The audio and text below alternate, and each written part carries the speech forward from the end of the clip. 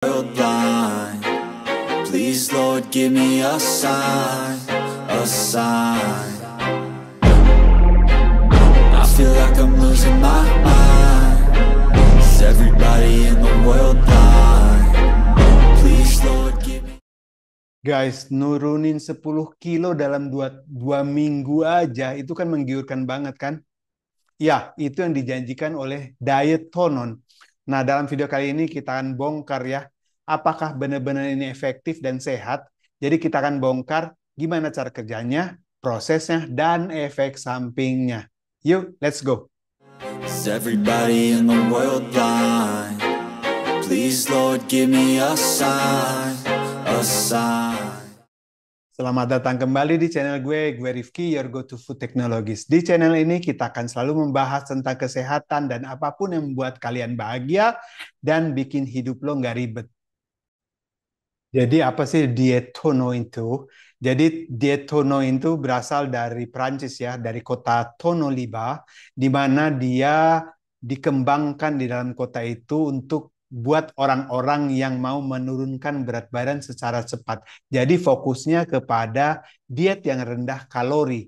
Nah, di kota itu dikembangkanlah diet ini supaya orang-orang itu bisa turun berat badannya secara cepat dengan cara benar-benar memperhatikan kalori yang diasup. Jadi benar-benar ketat untuk tidak mengkonsumsi kalori terlalu banyak. Jadi ini adalah diet yang rendah kalori yang menjanjikan turun berat badan 10 kilo dalam waktu 2 minggu saja. Widih, benar-benar menggiurkan. Konsep utamanya adalah mengurangi karbohidrat dan gula untuk dikonsumsi. Jadi fokus aja kepada makanan yang berprotein tinggi seperti telur, ikan, dan daging. Diet Tono ini mempunyai dua fase ya. Di fase pertama itu dia menurunkan berat badan dan di fase kedua itu adalah fase stabilisasi. Nah, jadi lu diharuskan makan antara 600 sampai 800 kalori saja per harinya. Ini sangat rendah sekali karena kebiasaan manusia itu dia mengkonsumsi 1.800 sampai 2.500 kalori per harinya. Jadi benar-benar rendah banget kan?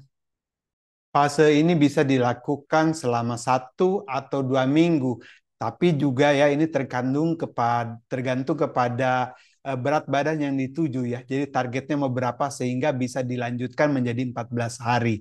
Tetapi benar-benar diet ini memang sangat rendah karbohidrat dan gula. Bahkan dalam minuman pun kita tidak boleh lagi minum dengan gula. Jadi say goodbye kepada kopi susu manis yang biasa kita minum di pagi hari. Selama fase pertama diet ini kita akan makan 3 kali sehari. Tentunya dengan kalori yang rendah dan tinggi protein. Jadi pada sarapan sangat mungkin untuk sederhana sekali ya. Jadi minum kopi atau teh juga tanpa gula. Nanti di siang hari juga kita akan makan cuman telur dan bayam saja. Dan malam harinya kita cuma makan sepotong daging dan salad doang. Di sini yang penting itu mengikuti pola makan dengan ketat ya, karena memang kalori yang diasup itu harus rendah sekali antara 600 sampai 800. Sehingga di pagi hari kita cuman minum kopi atau teh tanpa gula dan di siang hari kita cuma makan telur rebus dan bayam saja dan di malam harinya cuma makan sepotong daging dan salad. Setelah kita berhasil menurunkan berat badan di fase pertama, maka kita masuk ke fase stabilisasi. Dan dalam fase stabilisasi ini juga tergantung kepada berat badan yang telah kita capai ya. Berat badannya turun berapa kilo, berapa minggu juga kita harus melakukan fase stabilisasi ini. Jadi misalnya berat badan kita turun 5 kilo, maka 5 minggu kita harus melakukan fase stabilisasi untuk menghindari proses yoyo. Sehingga kita diperbolehkan makan sampai 1.500 kalori, tetapi tetap harus makanan yang rendah karbohidrat dan juga rendah gula. Kita masuk kepada segmen keuntungannya apa sih melakukan diet Tonon ini? Ya, dari sisi keuntungannya memang kita bisa menurunkan berat badan kita ini secara cepat ya, apabila kita melakukannya secara disiplin. kita sudah dipastikan turun berat badan itu secara cepat. Dan juga keuntungan keduanya ini, efek yoyo pun sangat minimal karena kita melakukan namanya fase stabilisasi. Jadi dia mendapatkan cukup waktu untuk penyesuaian ke dalam tubuh kita untuk supaya kita tidak balik lagi ke kebiasaan lama kita. Sehingga dalam waktu yang cukup itu, maka tubuh ini akan menjadi lebih disiplin untuk selalu melakukan hal yang sama. Namun demikian, diet ini juga mempunyai kelemahan ya.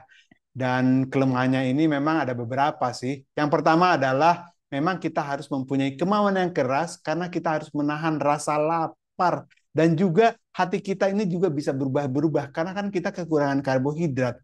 Makanya ya dengan mengikuti suasana hati kadang-kadang lagi rendah gitu, lagi turun ya, maka itu juga akan kesulitan. Nah, jadi itu adalah salah satu kelemahannya. Kelemahan yang kedua ini adalah ya diet ini kan dilakukan secara sepihak ya. Kita makan yang tinggi protein tetapi rendah karbohidrat dan rendah gula. Nah, ini kita bisa jadi mendapatkan gejala kekurangan nutrisi sehingga menyebabkan kita bisa sembelit dan juga pusing-pusing.